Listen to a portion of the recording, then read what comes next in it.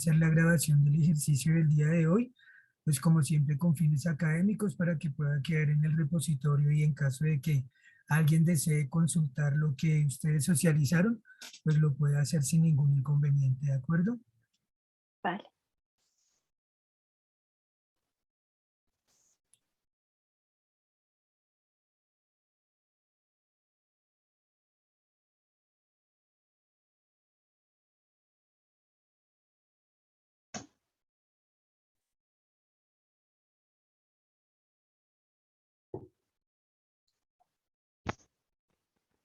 Perfecto, entonces siendo las 9:20 de la mañana, les doy un saludo muy cordial a todos y a todas, una bienvenida al evento que vamos a llevar durante toda esta semana que esperamos sea muy fructuoso.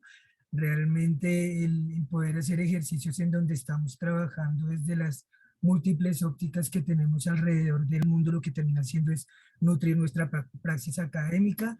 Agradecemos a nuestras dos ponentes del día de hoy, a Denis Paola por un lado y a Diana Sánchez por el otro. En primer lugar, pues comentarles cómo va a ser la dinámica del día de hoy. Cada ponente va a tener 20 minutos para hacer su socialización. Cuando falten 2 minutos yo les estaré avisando para que por favor vayan cerrando y posteriormente vamos a tener un momento para 10 minutos de preguntas o de comentarios en el chat.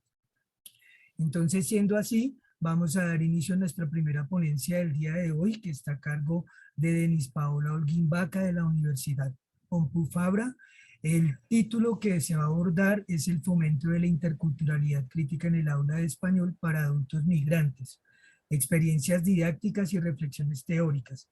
Es necesario y preciso comentar que los intereses bajo los cuales trabaja Denis tienen que ver con migration, postcolonialism, critical interculturality and cosmopolitanism. Entonces, Denise, te damos la palabra y muchas gracias por acompañarnos en este evento. Vale. Muchísimas gracias por la presentación y también por la oportunidad de poder compartir el día de hoy estas reflexiones. A ver si se puede ver la presentación. Perfecto, estoy sabiendo muy bien. Vale.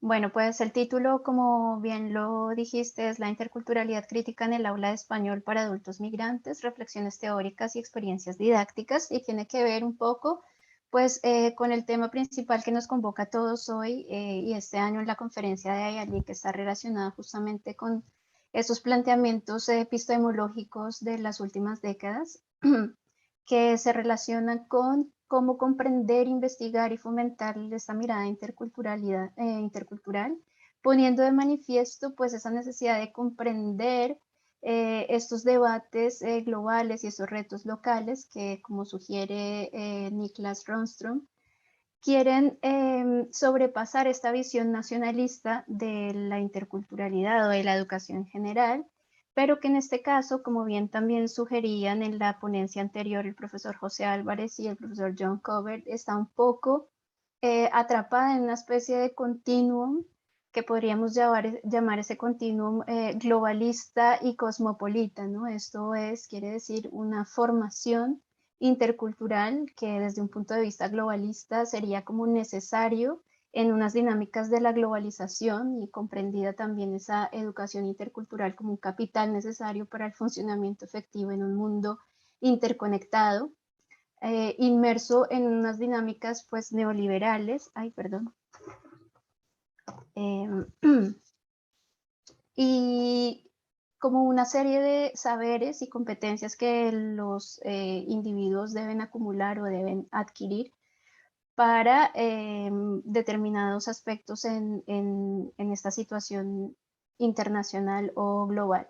Y también entre una visión más cosmopolita que implica de manera más crítica la formación de individuos interculturales hacia una visión más transformadora del ser y de las sociedades, que está más compenetrada con las cuestiones y las relaciones de interdependencia entre lo global y lo local, de una manera, de una visión más decolonial en que el mundo se ve desde un punto de vista más crítico, desigual, en el que prevalecen relaciones coloniales y relaciones de poder, y que desde cierto punto de vista pone en cuestión esta idea de la competencia, pues rechaza de cierta manera, la estandarización del conocimiento, al considerarlo también como una colonialización del conocimiento, ¿no? En este sentido, no sé más, ya. Desde un punto de vista epistemológico, la interculturalidad entonces estaría en esa relación pendular entre esta visión globalista que tiene parte de un punto de vista más moderno, sólido, instrumental del aprendizaje de las lenguas y las culturas a partir de una posición más positivista de la enseñanza, más enfocado en los productos, en los comportamientos y que observa la interculturalidad como una competencia y que por lo tanto su investigación sería de corte más evaluativo o prescriptivo, frente a esta visión más cosmopolita, más posmoderna, líquida, dinámica, ideológica de la cultura y de la interculturalidad, cuyo enfoque pedagógico sería más de corte antipositivista, que se ocupa más de los procesos y de las reflexiones, de una toma de conciencia y una praxis más transformadora, que ve la interculturalidad desde un punto de vista más interno y que por lo tanto su investigación sería más de corte descriptivo e interpretativo. Algunos autores consideran que esta relación pendular también tiene que ver con comprender la interculturalidad desde el enfoque competencial, es decir, establecer la interculturalidad como una competencia y tratar de establecer ciertos criterios o ciertos conocimientos que se supone que los individuos deberían adquirir para funcionar como individuos o ciudadanos interculturales, ¿no? Entonces han surgido a partir de este enfoque competencial una serie de iniciativas para fijar de cierta manera estos saberes o estas competencias, como son estos marcos de referencia, como el marco para las competencias democráticas del Consejo de Europa, en el que de cierta manera establecen ciertos criterios en lo que los estudiantes deberían, de la manera en que los estudiantes deberían sentirse o las ideas de mundo que deberían expresar o los saberes que deberían adquirir, ¿sí? En diferentes niveles, ¿no? Esto se ha criticado pues, justamente por ser una forma de colonizar el conocimiento y también de estandarizar el conocimiento bajo la idea de que actuar interculturalmente pues presupone una serie de actitudes, de conocimientos y de saberes que necesitan ser aprendidos para poder funcionar como tal. No solamente sugiere estandarización del conocimiento, sino también una serie de contradicciones que, como afirma Sotzman, if we accept that intercultural learning is essentially subjective and rather than predictable, how can we describe the outcomes in advance as specific competencies and attempt to teach or even assess them?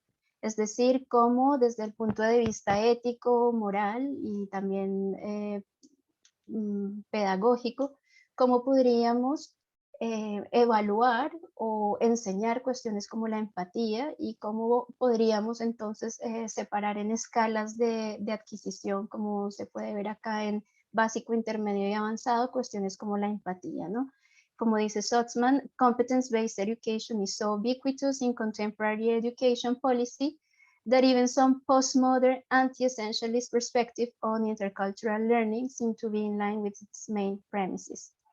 Es decir, si aceptamos que la interculturalidad se tendría que pasar esta ondulación o esta relación pendular hacia una visión no competencial, más local, situada, subjetiva, dinámica, ideológicamente cargada, que tenga que ver con cuestiones de la construcción y manejo de las identidades hacia la reflexión y la co-construcción, surge de cierta manera una brecha metodológica que es de la teoría a la práctica, cómo podemos fomentarlo en el aula de lenguas. En nuestro caso específicamente, cómo podríamos fomentarlo en el aula de lenguas para la población migrante, que de cierta manera se realiza bajo unas premisas como las que propone Villalba, que la competencia en la nueva lengua para esta población suele formularse sobre la idea de que el inmigrante apenas necesita un nivel básico de dominio para desenvolverse en la nueva sociedad.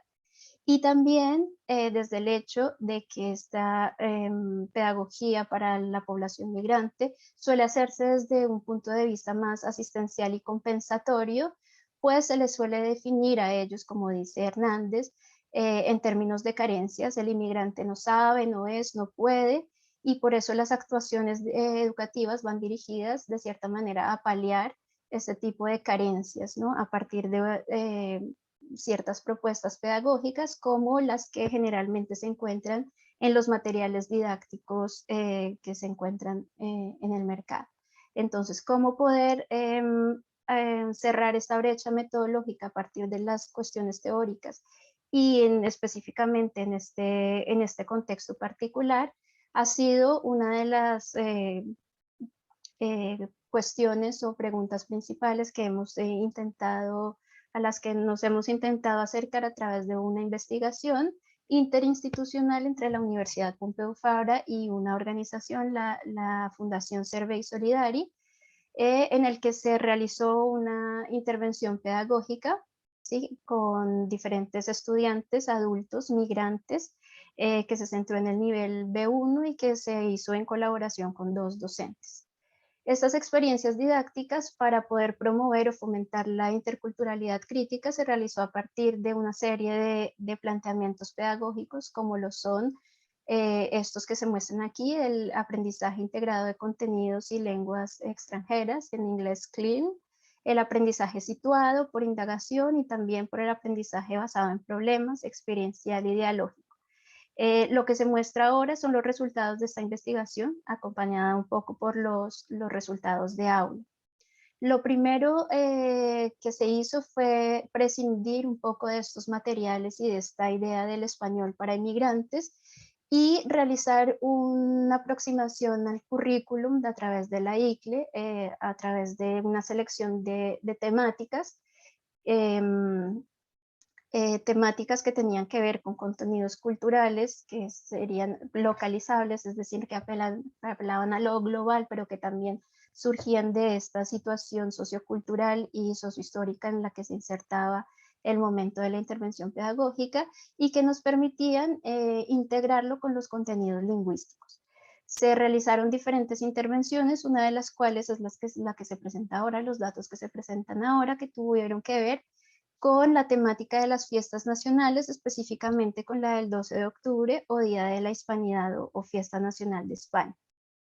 Entonces, este aprendizaje por indagación y basado en problemas comienza un poco con la idea de hacer que los estudiantes hicieran primero una pequeña investigación sobre lo que era el 12 de octubre y una puesta en común de una serie de pósters que denominamos lo que ya sabemos o lo que sabemos, en la que los estudiantes pues ponían en común lo que habían encontrado.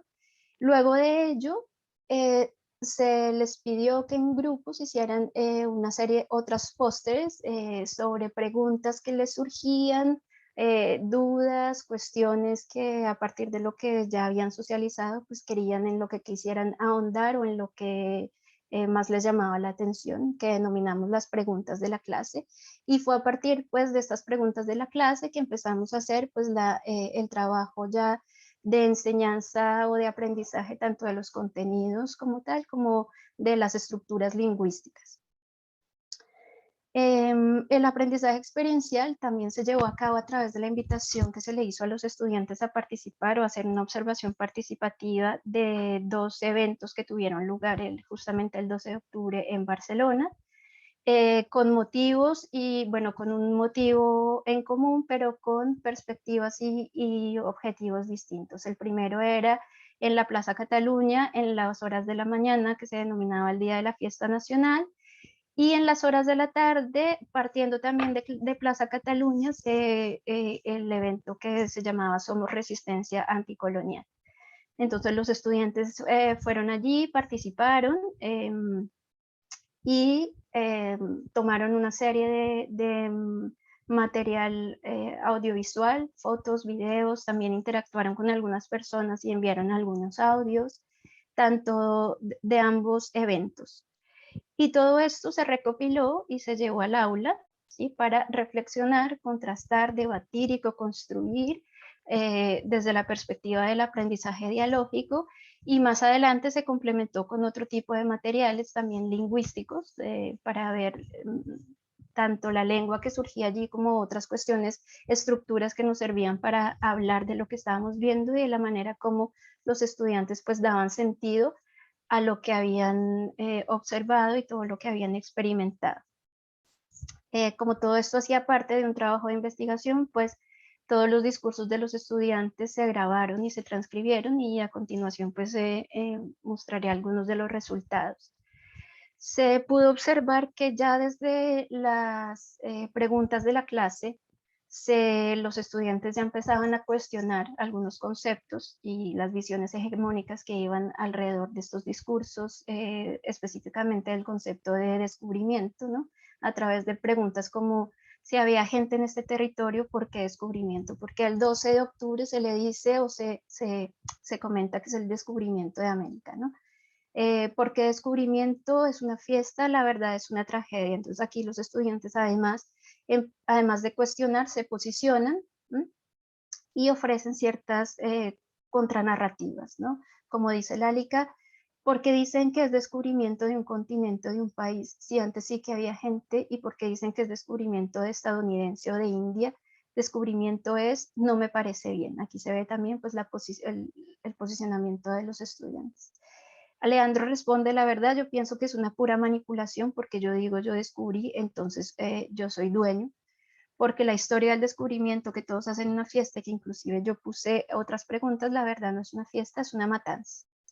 Lálica, por su parte, también dice, es igual de este lado, pero como dicen que descubrimiento de India fue en 1498, creo que fue así, pero antes como que no sabían si Alejandro llegó así, ahí.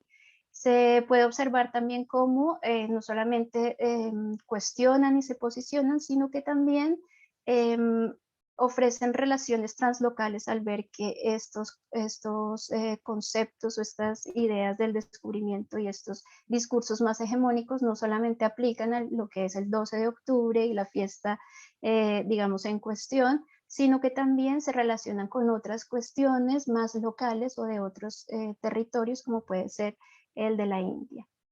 Se ve cómo los estudiantes a través de sus discursos transforman sus esquemas propios, como Mónica, que opina que ella pensaba que el Día de la Hispanidad era una cosa y que iban a salir y iban a mostrar lo buenos que son, pero que se da cuenta que están un poco separados, ¿no? A través de esta experiencia que ella ha tenido.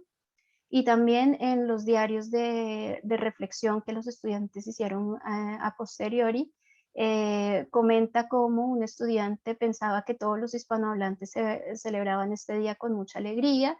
En la clase conocí que no todos los países celebran la fiesta de la misma manera, y que estaba sorprendido de ver todo esto, porque creo que no podemos cambiar el pasado. Aquí no solamente transforma sus esquemas previos, sino que también ofrece sus propios posicionamientos y una visión de la cultura y de las cuestiones culturales, no como unitarias y sólidas, sino que como una construcción de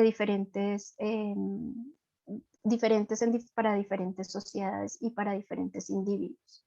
Exploran también la construcción de identidades nacionales y asocian estos a los derechos ciudadanos, encontrando diferencias y relaciones de centro-periferia, como cuando el estudiante dice, nosotros como extranjeros no tenemos derecho para entrar con ellos, esta es la política de ellos, no podemos gritar como ellos, porque cuando vi en Plaza Cataluña, fui el viernes, alguien catalano dijo extranjero, a lo que Aisha responde, bueno, puede que el extranjero no tiene derecho a gritar, pero tampoco es así, porque extranjeros también trabajan aquí, tienen vida, viven aquí, afecta su vida. Bueno, los estudiantes participaron en ciertos debates en el que comentaban pues estas relaciones de centro-periferia y de lo que habían sentido y experimentado en estas experiencias en estos eventos.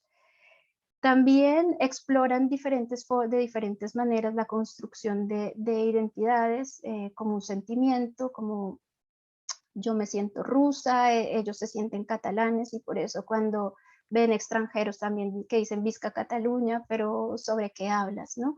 Esta identidad como un sentimiento, interno a lo que Dasha dice, bueno, es una cosa como te sientes tú y otra como te sientan otros, no solamente es una cuestión interna, sino que también son una serie de adjudicaciones externas, como para vecinos, ellos eran siempre turcos y nunca eran catalanes, bueno, a partir de las experiencias de ellos mismos que han tenido. Reflexionan sobre la situación de orden mundial, sobre todo a partir de la pregunta que ellos se habían cuestionado si todavía hay colonia, pues a partir de sus propias experiencias llegan a la conclusión de diferentes formas de colonización. Una de las estudiantes habla de la colonización y de las relaciones de diglosia que encuentra entre el hindi y el inglés en la India, y dice que es efecto de la colonización y que tiene un efecto hasta ahora, a lo que Yamal explica que también colonización tiene que ver con la lengua y también lo siente cuando dice que hay gente que te dicen que no hablas bien castellano, que no eres de aquí, eres extranjero, y la verdad, pues opina, dice la verdad, pues sí que existe, ¿no? Bueno, estos los salto por cuestiones de tiempo, entonces comentar que en esta, el fomento de la interculturalidad crítica a partir de estas pedagogías emergentes ha sido o ha visto cómo fomenta el posicionamiento de los estudiantes, la manera en que se pueden transformar sus esquemas previos, cuestionar conceptos, visiones hegemónicas, explorar una construcción de identidades nacionales, reflexionar sobre la situación y el orden mundial, desvelar relaciones de poder y reconocer diferentes perspectivas de la realidad cultural. Esto ha sido especialmente relevante en este campo de la educación intercultural para la población migrante, pues no solamente ha podido fomentar lo no competencial, lo local, la visión situada, dinámica, ideológica de la interculturalidad, la reflexión y también la reflexión identitaria, el aprendizaje dialógico y la construcción en el aula, sino también una visión no asistencialista del aprendizaje de lenguas, específicamente para la población migrante. Muchísimas gracias. Denise, muchísimas gracias por tu socialización, eres muy amable. Desde acá, pues yo aplaudo tu ejercicio, la verdad, muy bonito ver cómo nos vamos hilando en eventos como estos, como tú muy bien decías, el profesor José Aldemar ya en un momento nos da una apertura muy interesante del trabajo con los pueblos indígenas, pero tú también nos das la perspectiva de qué pasa en Barcelona, ¿no? Y cómo también hay fenómenos en donde aun cuando hablamos de poblaciones diferentes, terminamos encontrando núcleos temáticos en común, como tendría cómo tendría que ser la interculturalidad, ¿de acuerdo?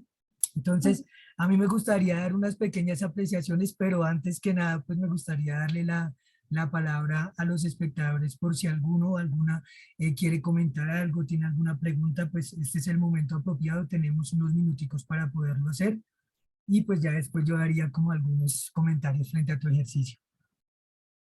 Vale, gracias. Bueno, acá nos dicen muchas gracias, gracias, muy interesante, muchas gracias, Denis. Perfecto. Bueno, veo que sobre todo hay ese agradecimiento, y eso es algo muy importante.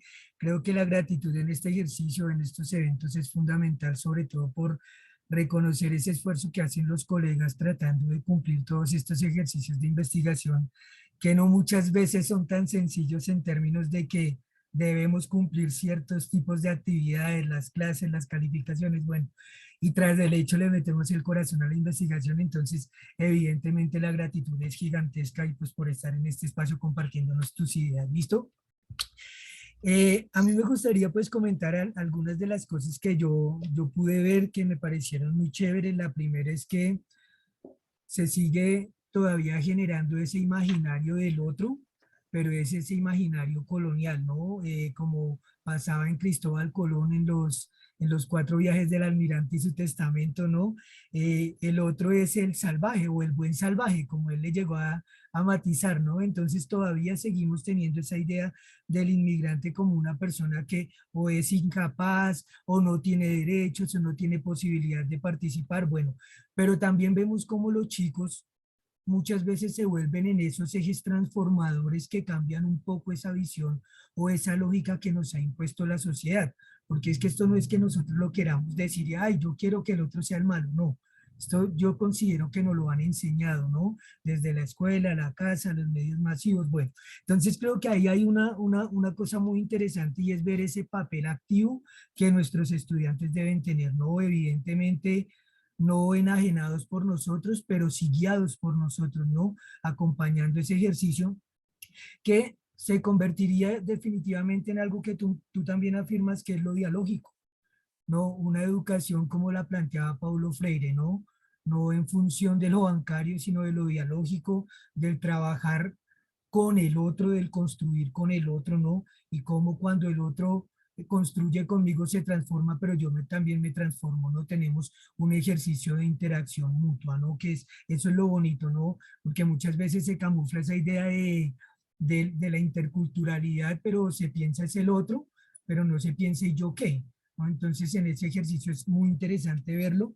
Evidentemente, pues la educación no es ajena a la realidad en la que vivimos. Y eso es algo que tú también nos lo demuestras, ¿no? Nunca los educadores pensamos problemas que pasen en Marte, ¿no? Eh, Pensamos cosas que nos afectan, ¿no? Y creo que en esa naturaleza circundante hay tantas cosas para analizar y es desde ahí donde surgen estas propuestas que realmente aportan a lo que puede ser la reflexión o la misma transformación social. Y finalmente, algo que me dejaste ahí como muy fascinado y es con esa idea también que planteaba Todorov en el problema del otro, ¿no? Porque entonces Todorov nos habla todavía de esa lógica del descubrimiento, cómo es un concepto tan errado, ¿no? ¿Por qué tendríamos que hablar de descubrimiento? Bueno, nos hablan por ahí, ¿por qué no hablar de invasión, de invención, sino de descubrimiento particularmente, ¿no? Y ese creo que es un tema que también queda ahí como en remojo para que lo pensemos. Entonces, Denis, pues muchas gracias. Voy a leer dos apreciaciones que hay de la profesora Janet Ortiz y del profesor José Aldemar. Entonces, la profesora nos dice, me gustaría saber un poco de la experiencia de tu experiencia como docente al generar este tipo de espacios, pues nuestras identidades e ideologías también están allí involucradas.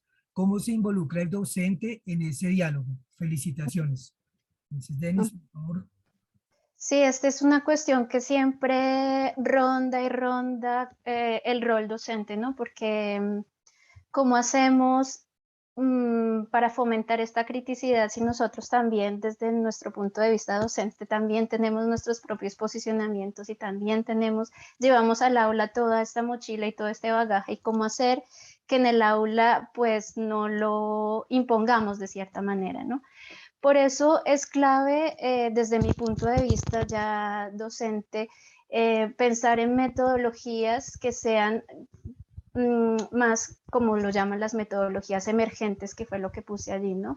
Estas metodologías emergentes, el profesor no sabe con qué se va a encontrar, ¿no? Son los mismos estudiantes los que proponen, bueno, yo tengo esta pregunta, yo me cuestiono esto, y es a partir de los mismos cuestionamientos de los estudiantes que el docente va de cierta manera guiando la propia investigación de los estudiantes, ¿no? También es un poquito una manera de quitar esa colonialidad del rol docente, como allí aquel que sabe y aquel que imparte de cierta manera el conocimiento, sino que el conocimiento se construye, se co-construye en el aula a partir de lo que los estudiantes pues están observando, ¿no? Muy situado en los contextos sociohistóricos y también de lo que los estudiantes pues se van cuestionando.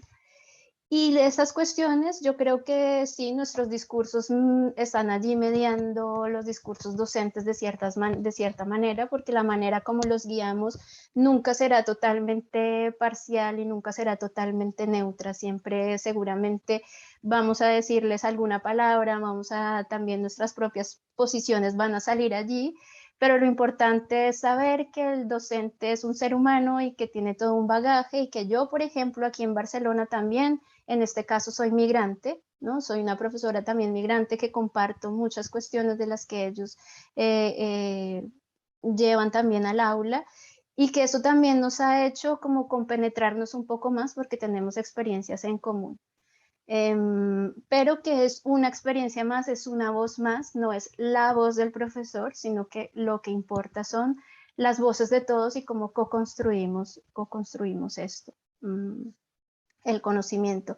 Ha sido una experiencia que me lo pregunta la profesora, ¿cómo ha sido la experiencia? Pues muy gratificante y un poco distinta de lo que se vive en las academias, ¿no? De tener el libro, ir un poco más hacia esta educación un poco más bancaria, que también es, siento yo, hacia donde se lleva la educación también para el colectivo migrante, ¿no? Porque hay necesidades lingüísticas, tenemos que saber lengua, sí, pero no solamente tenemos que saber lengua, sino que tenemos que compartir el mundo, ¿no?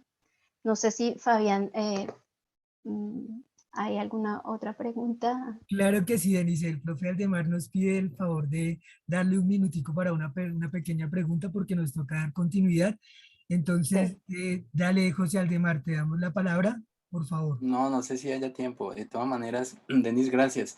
Em, Nada, es que yo me estaba preguntando en el área de lengua extranjera en inglés, cuando uno habla de el inglés como una lengua colonial y usualmente lo hace frente a nativos hablantes del inglés, hay siempre un poquito de, ellos se sienten como que, a ver, ellos no lo dicen, pero ellos siempre sienten como que a mí me toca eso, ¿no? Porque yo hago parte de esa comunidad. Y tú estás hablando del tema de, digamos, de la invasión del continente americano en el contexto español, si entiendo bien. ¿Esto qué efecto produce en las personas que son de allá? Es decir, ellos cómo se sienten, porque Ujú. históricamente, desgraciadamente, nosotros somos sujetos históricos y cargamos con las historias de nuestras comunidades, así como los alemanes cargan con todo el proceso de los judíos. Entonces, ¿tú has sentido algo alrededor de esa situación?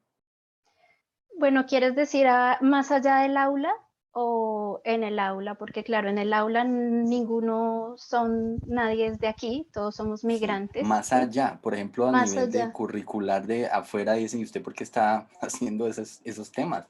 Claro, esto también lo socialicé en unas conferencias más locales y fue más como más sorpresa, ¿no? Ahora aquí en Ayaliki estamos justamente en una temática más de decolonización y como con estos discursos.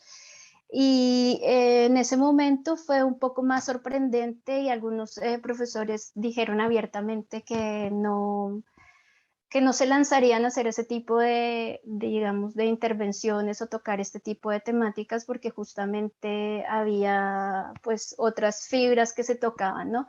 Los mismos estudiantes míos en el aula, justamente en este módulo de intervención que se hizo, preguntaron afuera como, ay, ¿qué es el 12 de octubre? Y trajeron al aula algunas ideas que les decían las personas más locales y las personas más locales catalanas justamente les decían como que eso aquí no se celebra, esto no, esto es una fiesta española, esto no tiene que ver con nuestra cultura local catalana. Y por eso una de las preguntas que se vio allí era, ¿por qué los catalanes no celebran el 12 de octubre? Luego ya lo fuimos matizando en el aula, si es que realmente no se celebra, si no se conmemora y nos dimos cuenta que en Cataluña no solamente están los catalanes y no podemos como generalizar como los catalanes son esto, porque los catalanes somos personas también migrantes que vivimos acá y que hay una diversidad, ¿no? O sea, que nos identificaría pues como los catalanes y los no catalanes, ¿no? Entonces hay una diversidad, no podríamos decir esto o lo otro, o desde aquí se vive así. Hay muchas sensaciones más allá del aula, ¿no? Cada vez el 12 de octubre, siempre en la Estatua de Colón hay manifestaciones anticoloniales que no solamente son por personas extranjeras, sino también personas locales que participan en estas cuestiones, pero también hay otros sentimientos, o sea, es muy diverso. Pero justamente por esa diversidad vale la pena llevarlo al aula, vale la pena que los estudiantes se cuestionen sobre, bueno, qué es, transformen sus esquemas como lo veíamos en los ejemplos, ¿no? Yo pensaba que el 12 de octubre pues era el momento en que España salía y veíamos el gran poder que tenían y vemos que no, que España también está dividida, que hay otros pueblos, que hay otras maneras de comprender el 12 de octubre, que en Latinoamérica se conmemora de maneras diferentes, que se llama el Día de la Resistencia, que se llama y el por qué, y entonces ver que la cultura no es una, sino que se construye y se co-construye de maneras distintas en diferentes sociedades. De acuerdo, Denis.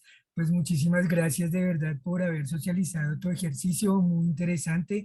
No sé si tú de pronto nos puedas colocar en tu chat tu correo, porque sé que hay una otra pregunta que de pronto te querrán hacer, pero pues por cuestiones de tiempo no alcanzamos a contestarla, pero eres muy amable. Gracias. Entonces ya en este segundo momento vamos a dar paso a la ponencia ya llamada Comunicación Intercultural para la Prevención de la COVID-19 a través de Facebook, dirigida a la comunidad indígena Aguajún durante los meses marzo-agosto de 2020. Esta ponencia está encargada de Diana Sánchez de la Universidad Peruana Cayetano Heredia. Algunos de los intereses investigativos de Diana tienen que ver con la lingüística, la interculturalidad, la educación, la comunicación y las poblaciones indígenas. Entonces, con esta pequeña apertura, Diana, te damos la palabra. Si quieres comenzar a compartir, lo puedes hacer ya mismo. Y les recuerdo, mientras tanto, 20 minutos de presentación y 10 de preguntas.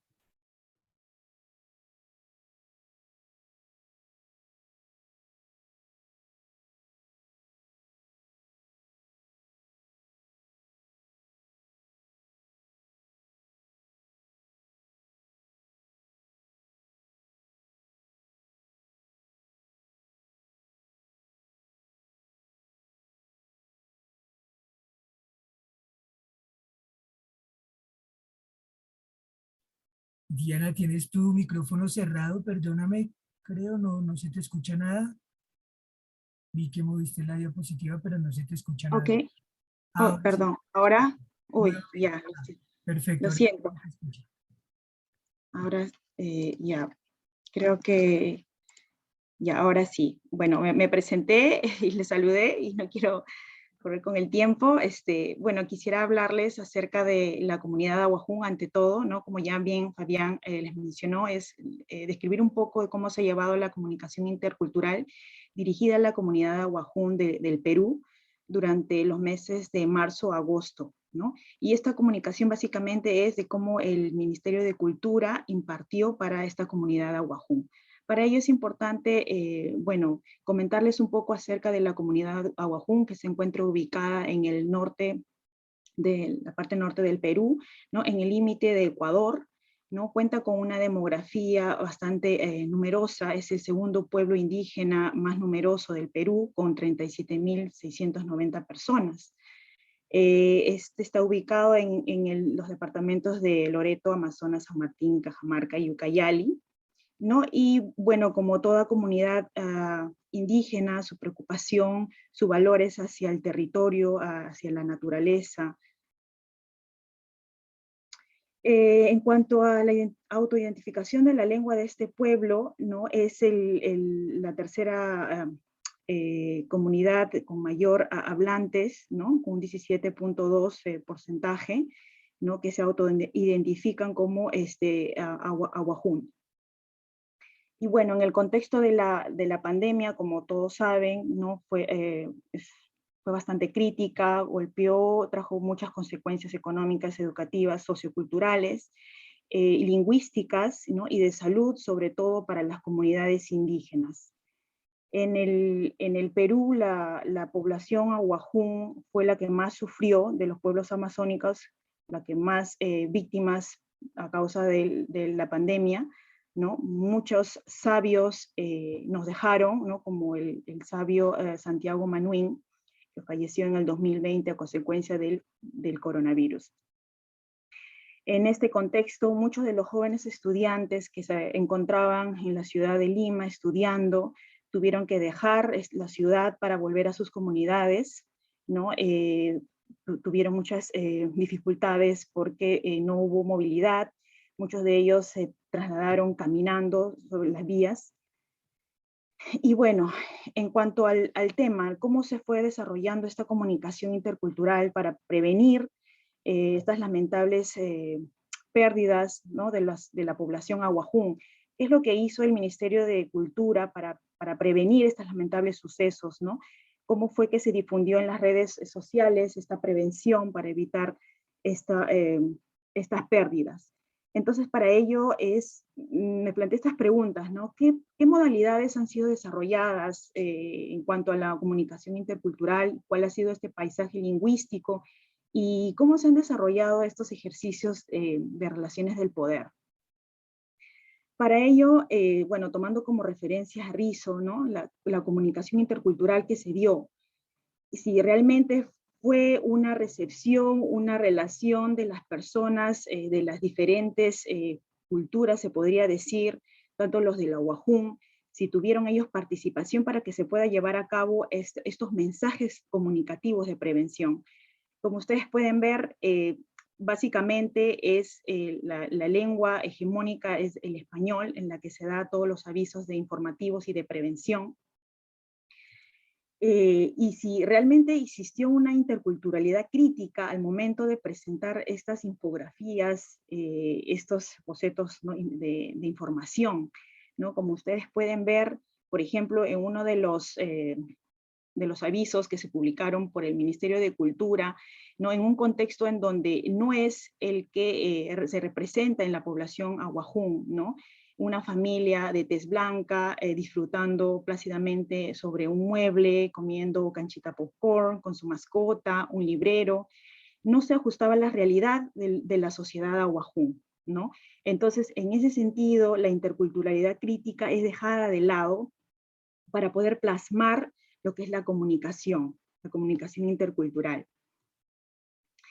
También como parte del paisaje lingüístico virtual que se visualizó, fue que, si bien es cierto, la lengua en la que se dirigía no era la Wajún inicialmente, ¿no? Pero se veía también una recargada información con términos no entendibles para muchas de las poblaciones. Muchas de las personas se pueden decir, pero ¿por qué habría necesidad de publicar en lenguas originarias, en lenguas indígenas, ¿no? Porque muchos de ellos no saben leer. Bueno, la realidad es que nosotros consideramos que es importante la literacidad para poder enseñar, difundir que existen otras lenguas y que no solo es el español. Ustedes pueden apreciar aquí, por ejemplo, incluso las imágenes, ¿no?, que se presentan, no son de acuerdo al contexto, a la población Awajún que se observa. Representa una modalidad baja de lo que es la falta de realidad a esta población Awajún. La multiliteracidad y multimodalidad, como nos expresa Chris Ivan Leuven, ¿no? ¿Qué es lo que, si representan necesariamente a esta comunidad Awajún en todas las publicaciones informáticas que se ha dado para la comunidad en general? Se han considerado las diferencias lingüísticas y culturales, el entorno pragmático para poder diseñar esos spots publicitarios de información, ¿no? ¿Cuáles han sido las otras herramientas de enseñanza para prevenir lo que es el coronavirus, ¿no? Siempre se ha visualizado que el contexto más se ajusta a la realidad de la ciudad, ¿no? Como por ejemplo se puede ver aquí hacer ejercicios desde tu casa, desde la comodidad desde tu casa, ¿no? Trabajar en familia, pintando tus paredes, organizando tu hogar. Todo ello, como lo vuelvo a mencionar, es una representación de una modalidad baja, no realista a lo que es la comunidad Awajún. Ya en marzo empiezan a difundirse avisos, información para que puedan escucharse en los programas radiales de las comunidades, ¿no? Pero ¿por qué no difundirlos desde la misma página del Ministerio de Cultura, ¿no? Desde la página de la red social de Facebook, ¿no? ¿Por qué si los hablantes de la lengua española sí tendrían que ver todos sus afiches de prevención en las redes del Facebook, y por qué no estas poblaciones indígenas amazónicas tienen que todavía necesariamente escuchar a través de los programas radiales? Por ejemplo, acá les quiero mostrar uno de los videos que se difundieron del Ministerio de Cultura. Espero que puedan oírlo. Hata coronavirus tuteya nunu atom batsat kamong min wanyati tusahong inday say pahong shin kuitamam katahong. Apumihe chichasum chicham umiktahum wahuk pateimish numintu batsatkamomish kubitam kattahum nunu pachisum. Humamtin umiktahum bakichikhinga ankahum apusatahum. Bueno, en este corto video yo bueno, quiero enfocarme en la lengua wahún, en la importancia que le dan el Ministerio de Cultura en la lengua wahún. Sin embargo, hay mucha combinación de lo que son los dibujos y la realidad, bueno, de las fotografías, ¿no? No hay una transcripción de la lengua español. Eso quiere decir que solamente va dirigida a la población indígena de wahún. Sin embargo, comparamos al trabajo que elaboran una organización llamada Salud Sin Límites, que desde el inicio ustedes pueden darse cuenta. Los indígenas andinos y amazónicos. Hata yamaham hutinun kentau, nunia hutin basamte en espacios moemene, dahin coronavirus, sin andukta. En este video, como ustedes se pueden ver desde el inicio, hay una interpretación de lo que es la lengua español, pero la lengua a la que se da mayor relevancia es la lengua wahún, para los hablantes de la lengua wahún. Y el fondo de todo ello se da con imágenes reales de lo que viene a ser la cultura wahún. Y en este video también, si lo pudiera compartir todo, si hubiera tiempo, se puede apreciar de que desde el inicio hay una explicación del contexto de lo que es el coronavirus, la explicación de cómo llega y la prevención de la que se tiene que tener. Hay una gran diferencia en lo que es el trabajo elaborado de las organizaciones más pequeñas y a comparación de lo que elabora el Estado, ¿no? Aquí voy a lo que es las relaciones y ejercicios de poder, ¿no? ¿Cómo es que la población wahún no tiene mayor injerencia, el privilegio de poder ser difundido en las redes, ¿no? En esta página del Ministerio de Cultura, en donde tendría que abocarse no solamente a la lengua español, ¿no? Considerando que en el Perú hay 48 lenguas originarias. Sin embargo, pues siempre se da realce a lo que es en el contexto de la ciudad, la persona no indígena. Por ejemplo, al observar esta información presentada el 17 de marzo, en el contexto en que unas manos de tez blanca, que hay un caño, que tiene papel toalla y que tiene un tacho muy bonito. Entonces, ese no es el verdadero contexto de una población wahún, ¿no? Cuando una población wahún no tiene muchos de ellos agua, los servicios, ¿no? De agua y desagüe, ¿no? Que tienen que utilizar tachos de agua, vasitos para poder lavarse la mano, no existe muchas veces el jabón, papeles, toallas, lo que tienen que usar toallas, toallitas de tela. Entonces, la elaboración de estos recursos no están pensados para que una población, en este caso la de wahún, pueda ser de uso y aprender de ellos. No se han creado estrategias que no conlleva a la realidad y solamente nos demuestra que ahí sigue habiendo una subordinación, ¿no? Una subordinación de los pueblos indígenas amazónicos. En cuanto a los procesos top-down y bottom-up, ¿no? En los procesos top-down se vieron muy rápidamente los avisos de información y prevención en la lengua hegemónica del español, ¿no? Y en los procesos de bottom-up se vieron que ya diversas instituciones que al principio no eran muy conocidas, se podría decir grupos de Facebook, empezaron a difundir su propia información elaborada, que se tomaba más tiempo para poder diseñarlo de acuerdo al contexto que representaba la cultura wahún. Como ustedes incluso pueden ver en esta imagen, que no solamente representan a población wahún, sino que hay una mujer, ¿no? Andina, ¿no? Y esto se puede notar por la manta que tienen a la espalda, ¿no? Con un bebé cargado en la espalda. Se puede notar a otro joven, ¿no? En donde ya se ve más incluso mujer, hombre, población andina, y quizás una mujer que representa como su forma de vestir a Lima, a la misma ciudad, ¿no? Ya no hay una distinción de que solamente una separación de lo que es población wahún entonces dirijamos nuestro aviso, nuestra información hacia los awajún, sino ya más integrada para todo el público, ¿no? Y se ve también incluso que el anuncio se da en la lengua escrita ya del awajún, con su transcripción en el español. Entonces, de esa manera van trabajando estos grupos menores y se dan a visualizar, y es de bastante ayuda para la población awajún indígena. También vemos, por ejemplo, a esta asociación Ajutab Lima, en donde ya describe en su lengua, en su propia lengua, el awajún, empieza pues a informar de lo que está sucediendo con respecto al coronavirus, las recomendaciones que deben tener los jóvenes, ¿no? Porque muchos de ellos estudiantes, ¿no?, que estaban viviendo a Lima tuvieron que regresar a sus comunidades para apoyar a sus padres. Este es el video que les mostré anteriormente, de cómo Salud Sin Límites empezó a elaborar videos informando a la población, y todo ello se fue dando en la lengua awajún, ¿no? Se ven muchos videos en lengua awajún, con la misma tipografía, ¿no? Información en la lengua principal awajún con la transcripción en el español. Y bueno, los mecanismos sociales macro, meso y micro, ¿no? En lo macro, el Estado, el Ministerio de Cultura, se vio muchas falencias en cuanto a la difusión de estos avisos informativos de prevención para la comunidad.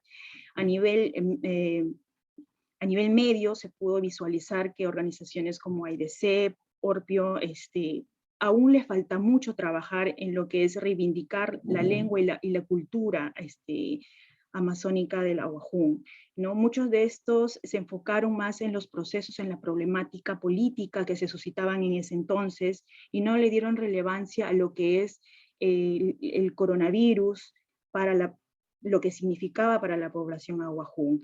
La lengua muchas veces queda al olvido, no tiene la relevancia, no existe todavía, no es visibilizada por estas organizaciones.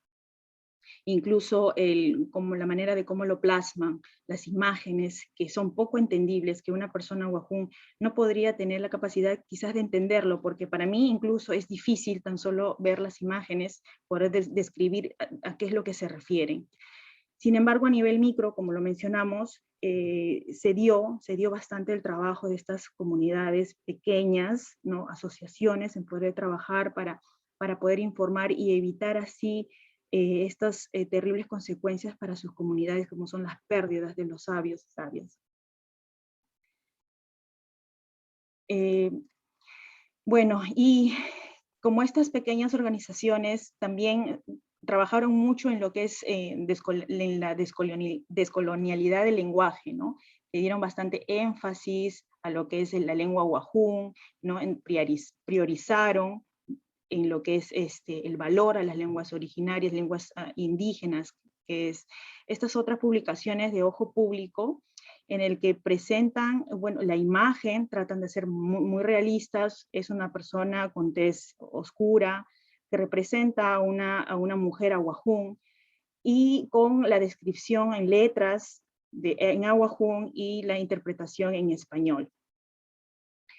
Siempre han tratado de apoyar de lo que es la literacidad digital, porque realmente es importante plasmar las letras, la escritura de una lengua, no solamente lo oral, sino lo escrito. Entonces a esto se da mucho énfasis, a lo que quizás el Ministerio de Cultura falló, ¿no? Porque quizás no piensan que es plasmar la lengua originaria, la lengua indígena, no es tan importante como escribirla, pero considero que tanto la oralidad como la escritura es muy importante para las lenguas que en estos tiempos necesitan reivindicarse, ¿no? Darle el valor.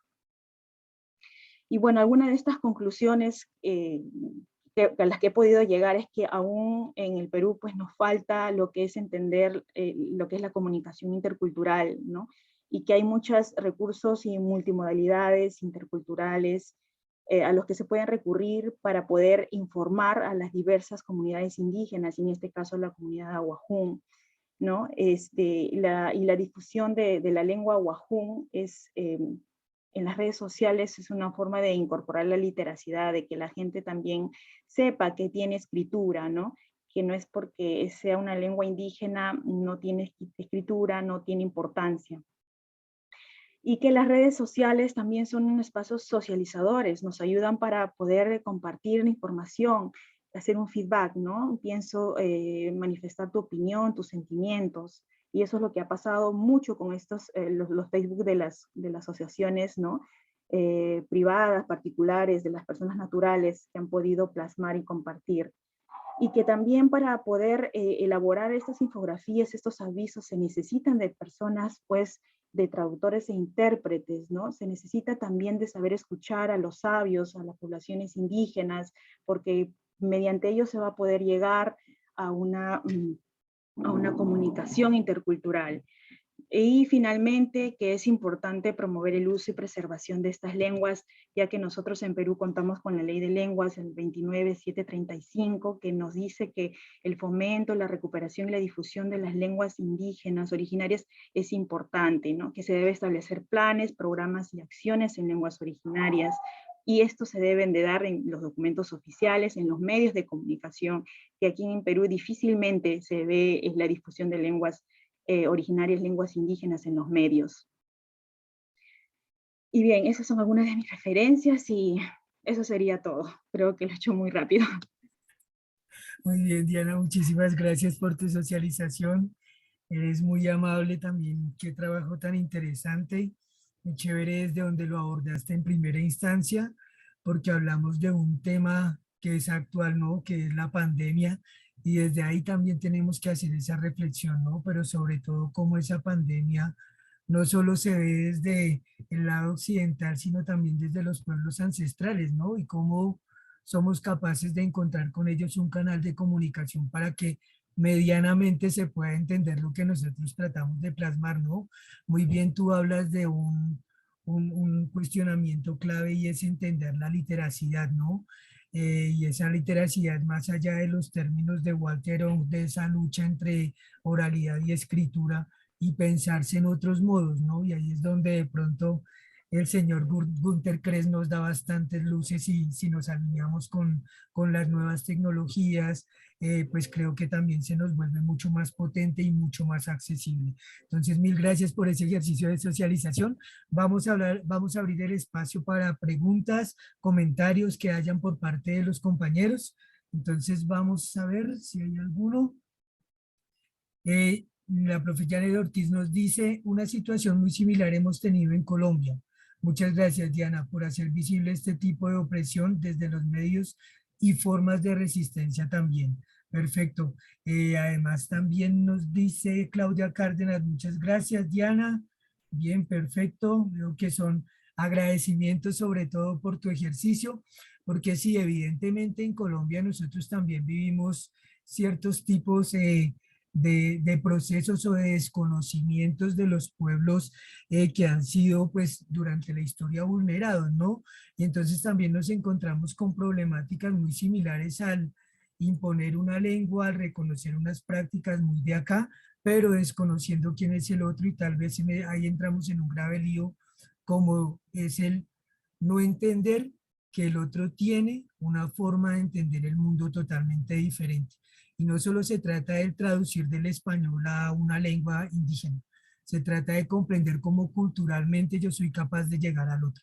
Y ahí es donde creo que entra el fenómeno de la interculturalidad que tanto nos impera en este momento.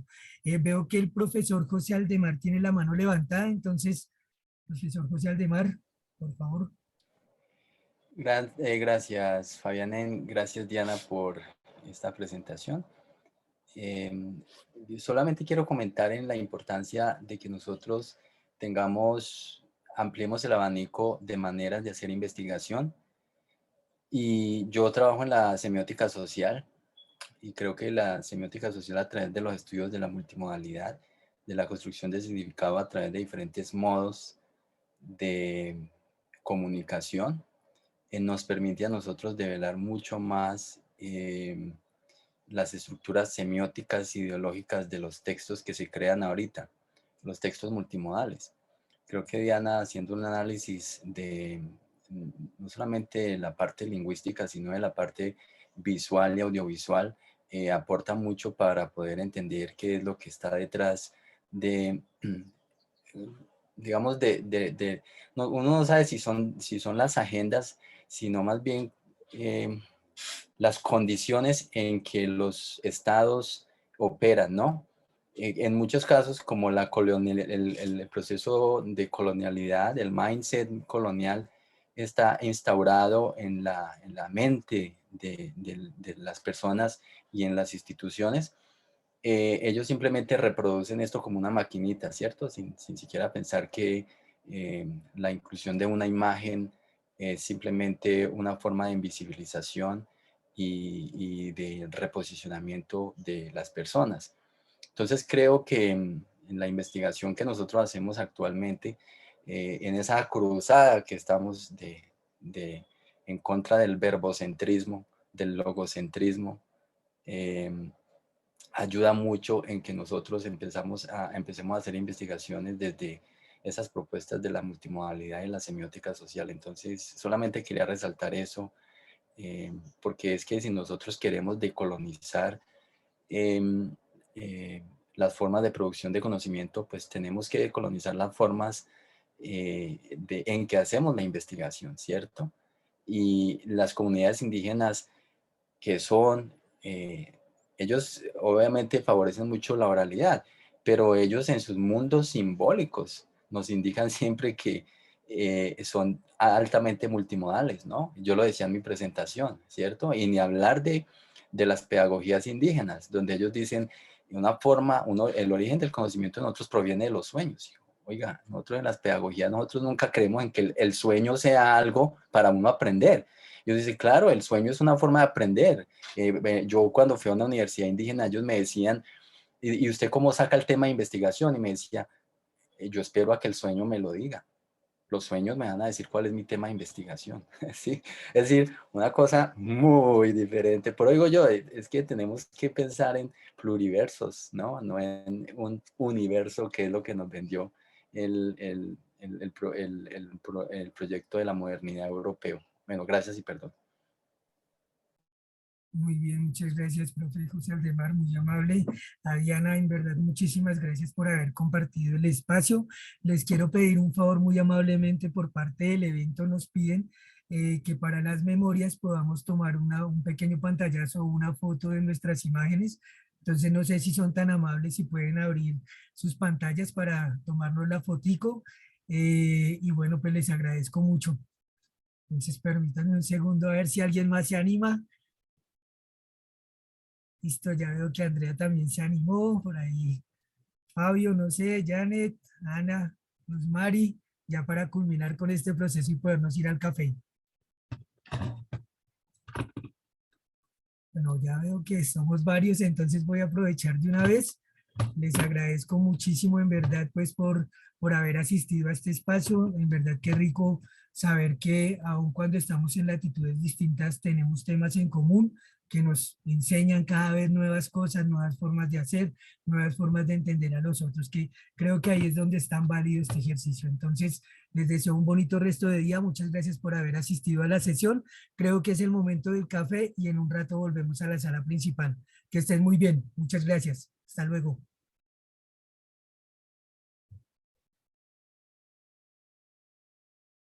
A Denis y a Diana, mil y mil gracias. Gracias. Gracias, profesora Manuela, por el mensaje.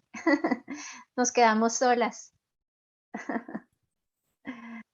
Hola.